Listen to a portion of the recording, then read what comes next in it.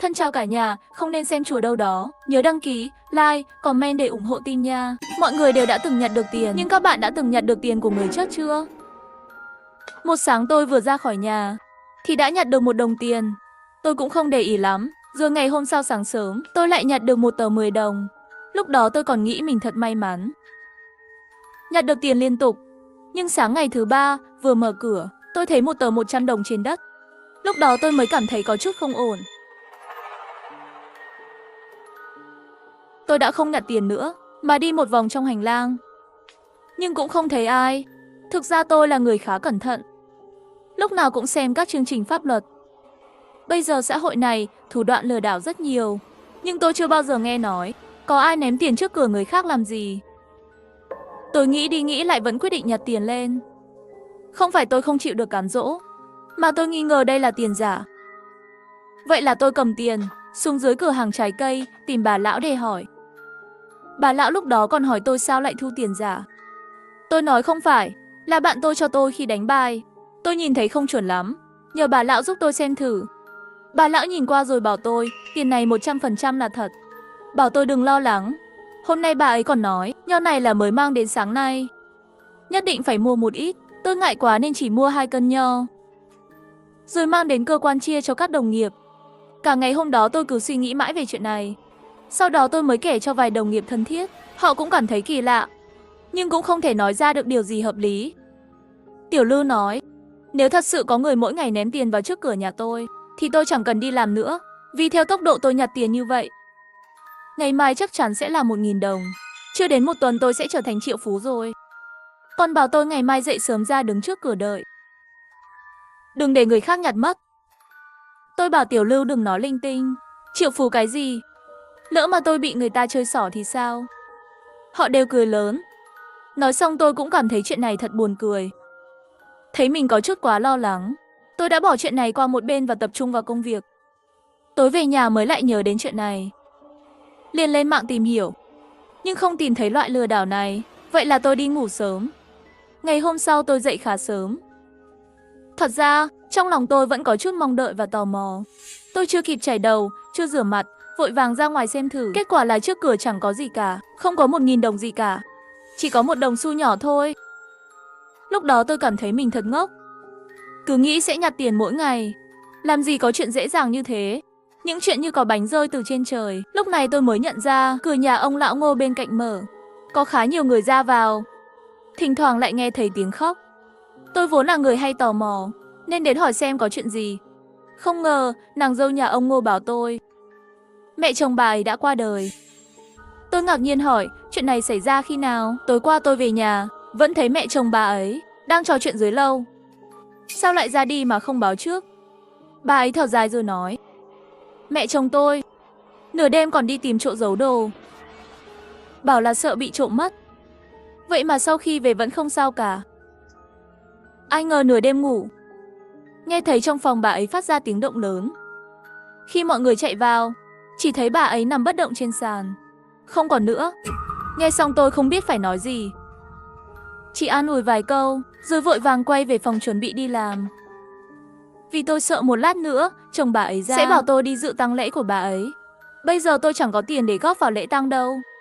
Đến cơ quan, mấy đồng nghiệp hôm qua vẫn hỏi tôi hôm nay có nhặt được tiền không. Tôi bảo là không. Họ đều cười tươi, nói tôi không thể trở thành triệu phú nữa rồi. Tôi không muốn tán gẫu với họ nữa, vì cái chết của bà lão bên cạnh vẫn khiến tôi cảm thấy hơi buồn. Cảm thấy đời người thật ngắn ngủi, nói đi là đi, không có chút dấu hiệu nào. Tối về nhà mở cửa, tôi cảm thấy dưới chân có gì đó vướng phải. Tôi cúi xuống dùng điện thoại soi, thì thấy đó là một đống tiền giấy dành cho người chết. Nhìn thấy mà cảm thấy rợn người. Chết rồi, tôi còn ngẩng lên nhìn qua nhà bà ấy, không thấy có tiền giấy treo ngoài cửa. Sao lại có thể rơi trước cửa nhà tôi? Tôi khá bực mình, dùng chân đá hết sang một bên. Tối hôm đó tôi ngủ không ngon, không hiểu sao, cứ mơ màng mãi không ngủ sâu. Sáng hôm sau dậy, đầu tôi cũng hơi đau. Khi tôi mở cửa, nghe thấy dưới cửa có tiếng loảng xoảng, có vẻ như có vật gì cọ vào. Tôi cúi xuống nhìn, thì thấy đó là một hộp giấy đựng bánh trung thu. Tôi cảm thấy rất khó chịu, đá mạnh một cái. Nhưng điều bất ngờ là hộp bánh lại khá nặng. có vẻ như bên trong chứa đồ gì đó. Điều càng làm tôi bất ngờ hơn là khi đã hộp bánh ra, dưới đó lại là một đống tiền giấy đã được xếp gọn. Nếu là bình thường, tôi chắc chắn sẽ không đụng vào hộp bánh chứa tiền giấy như thế này. Cảm thấy quá xui xẻo. Nhưng hôm nay tôi thực sự hơi tức giận. Vì hôm qua họ đã ném tiền giấy ra trước cửa nhà tôi, hôm nay lại cố tình dùng hộp để ném lại. Đây là ý gì thế? Tôi cúi đầu, cầm hộp bánh trung thu mang sang nhà ông Ngô. Khi tôi cầm hộp, cảm thấy bên trong có vật gì đó, vật đó lướt từ đầu kia đến tay tôi. Tôi mở hộp ra. Mở ra rồi tôi ngây người. Bởi vì bên trong là một đống tiền 100 đồng được buộc trong túi giấy. Lúc đó tôi cũng không biết mình nghĩ gì. Ngay lập tức ngồi xuống đếm tiền. Đếm xong tôi hoàn toàn ngớ người. Bởi vì số tiền chính xác là 10.000 đồng. Một luồng khí lạnh lập tức trào lên. Tôi phản xạ run lên một cái. Cảm giác đầu tiên của tôi là hộp bánh trung thu này chắc chắn là do nhà ông Ngô ném ra trước cửa tôi. Và còn liên quan đến bà Ngô mới mất. Tôi nhanh chóng bỏ tiền vào hộp, đóng nắp lại rồi chạy sang nhà họ. Nhà họ vẫn đang lo mà chay. Cửa mở rộng. Tôi không gõ cửa, cầm hộp bước con trai và con dâu của bà lão đang ngồi trong phòng khách. Thấy tôi vào họ có chút ngạc nhiên, nhưng tôi cũng không khách sáo. Ngay lập tức hỏi họ, cái hộp này có phải là các bạn để trước cửa không? Hai vợ chồng họ nhìn tôi như thể không hiểu gì cả, nhìn tôi ngẩn ngơ như thằng ngốc. Tôi nhíu mày, lại hỏi, vậy số tiền giấy đó có phải các bạn ném trước cửa không? Con trai bà lão có vẻ không vui, đứng dậy hỏi tôi, có gì quỷ giá đâu, cậu nói gì thế? Thái độ kiêu căng của anh ta lập tức dâng lên. Lập tức tôi ném hộp bánh lên bàn, rồi kể hết chuyện tôi nhặt tiền và việc tiền giấy ném trước cửa nhà tôi. Thực ra tôi thừa nhận, tôi cũng không muốn bỏ qua số tiền 10.000 đồng đó. Tôi cảm thấy số tiền đó không đơn giản, tôi cảm thấy có điều gì đó không ổn. Lúc đó con trai bà lão nhìn tôi, mặt anh ta lộ rõ sự nghi ngờ khi nhìn vào hộp bánh. Tôi rõ ràng cảm nhận được, ánh mắt anh ta sáng lên khi nhìn vào số tiền trong hộp. Mắt anh ta như sáng lên, nhưng chưa kịp nói gì, vợ anh ta đã vội vàng nói, chị ơi, cái hộp bánh trung thu này thật sự không phải chúng tôi để đâu. Số tiền giấy đó cũng không phải chúng tôi đặt. Tiền giấy mà nhà chúng tôi mua đã được đốt ở dưới lâu rồi. Và mấy hôm trước, chúng tôi cũng chưa từng ném tiền vào trước cửa nhà bạn. Tôi nhìn hắn ta, vẫn không tin, hỏi lại, thật không? Hắn ta kiên quyết đáp, đúng. Nhưng tôi lại nhìn thấy, trán hắn ta có vài giọt mồ hôi lấm tấm. Mặt hắn ta trở nên rất khó coi. Tuy nhiên, chồng cô ta lúc này liên tục ra hiệu bằng mắt với cô ta, còn kéo tay áo cô ta. Nhưng cô ta bỗng nhiên hét lên với chồng mình, đừng kéo tôi nữa. Anh còn muốn nhìn thấy số tiền này sao? Anh có biết mẹ chúng ta chơi cô ta như sấm sét giáng xuống, khiến tôi và chồng cô ta đứng sững lại. Chúng tôi như bị đông cứng lại tại chỗ.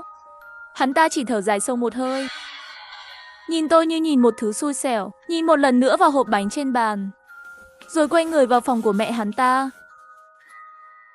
Khi hắn ta bước ra, tay cầm một đống tiền hắn ta đặt số tiền lên bàn, rồi nói với chồng mình, số tiền này là mẹ chúng ta nhận được nhà bạn đêm qua. Chồng hắn ta lúc này cũng bắt đầu sợ hãi, nhìn vợ mình, rồi lắp bắp hỏi, vậy mẹ chúng ta về nhà rồi sao lại không còn sống nữa? Người vợ mặt tái xanh đáp, đúng rồi. Tôi nuốt nước bọt mạnh, cố gắng làm mình bình tĩnh lại, rồi chỉ tay vào số tiền mỏng trên bàn, hỏi, đây là 1.000. Người vợ lại xác nhận, đúng. Nhìn vào khuôn mặt tái xanh của cô ta, mồ hôi lạnh chạy dọc sống lưng tôi. Tôi cảm thấy da đầu mình như đang căng ra. Tôi biết có một nỗi sợ hãi không thể giả vờ được. Và trong mắt người phụ nữ này, bây giờ chỉ còn lại sự sợ hãi như vậy. Sau đó, tôi chỉ cầm hộp bánh trung thu và đi ra khỏi nhà họ.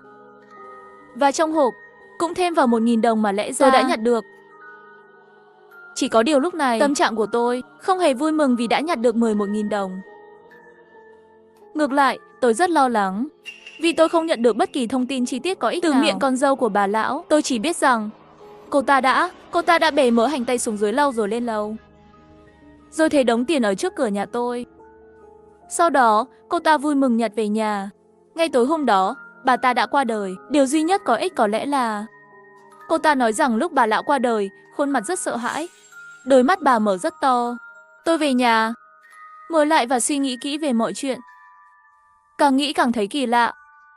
Vì vậy tôi gọi điện xin nghỉ làm. Rồi đến phố ma. Phố ma ở đây thực ra là con phố bán đồ tang lễ.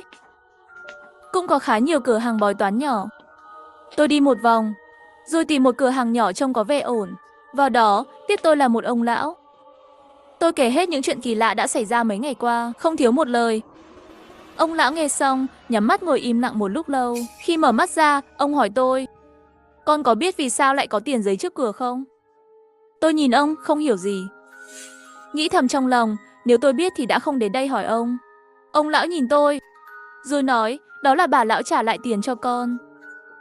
Lúc đó tôi nghe xong mà ngớ người. Nói gì chứ, tôi đâu có mượn tiền của bà ấy. Ông lão cười và nói, đó là số tiền lẽ ra con phải nhặt được. Bà lão nhặt được, nhưng có người không vui. Vì vậy, bà ấy chỉ có thể dùng tiền của người chết để trả lại cho con. Dù giọng ông lão rất nhẹ nhàng, nhưng tôi lại nghe mà cảm thấy lạnh toát cả người. Tôi vội vàng hỏi ông lão, vậy rốt cuộc là ai đã ném tiền trước cửa nhà tôi? Tại sao lại đền tiền cho tôi như vậy? Ông lão lại cười một chút và nói, cô gái nhỏ, cô có biết đây là loại tiền gì không? Tôi nhìn ông với vẻ mặt căng thẳng. Ông lão nhìn tôi và nói, đó là tiền mua mạng sống của cô. Tiền mua mạng sống? Lúc đó tôi nghe xong, suýt nữa thì mắt tôi rớt ra ngoài. Tôi lập tức hét lên,